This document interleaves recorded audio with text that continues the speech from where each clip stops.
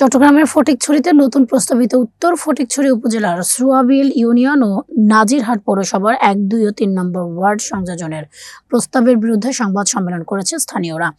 বুধবার বিকেলে সোয়াবিল চুরকাহাট এলাকায় এ সংবাদ সম্মেলনে লিখিত বক্তব্য পাঠ করেন ডক্টর এস.এম. ফরিদ। সাংবাদিকদের প্রশ্নের জবাবে চট্টগ্রাম বিশ্ববিদ্যালয়ের অধ্যাপক ডক্টর মোহাম্মদ মঞ্জুরুল কিবরিয়া বলেন, কোনো গণশুনানি ছাড়াই প্রস্তাবটি দেওয়া হয়েছে, যা আইনসম্মত নয় এবং জনস্বার্থ বিরোধী। সম্মেলনে আরও বক্তব্য রাখেন অধ্যক্ষ এস.এম. নুরুল হুদা, অ্যাডভোকেট ইসমাইল গনি সহ স্থানীয় নেতৃবৃন্দ। এর আগে সকালে উপজেলা নির্বাহী কর্মকর্তার কাছে স্মারকলিপি দেন এলাকাবাসী। অবশ্যই আমরা গতকাল কথা বলেছি।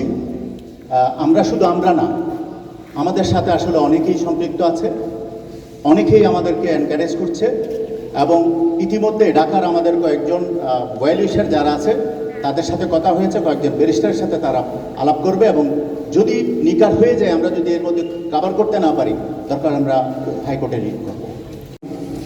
অর্থাৎ মানুষের সেবাগুলো মানুষের দূরগোড়ায় পৌঁছে দেওয়ার জন্যই প্রশাসনের বিকেন্দ্রীকরণ করা হয়। আমরা একসময় বৃহত্তর ফটিকছড়ি থানায় ছিলাম, পরবর্তীতে বুসপুর থানা হয়েছে।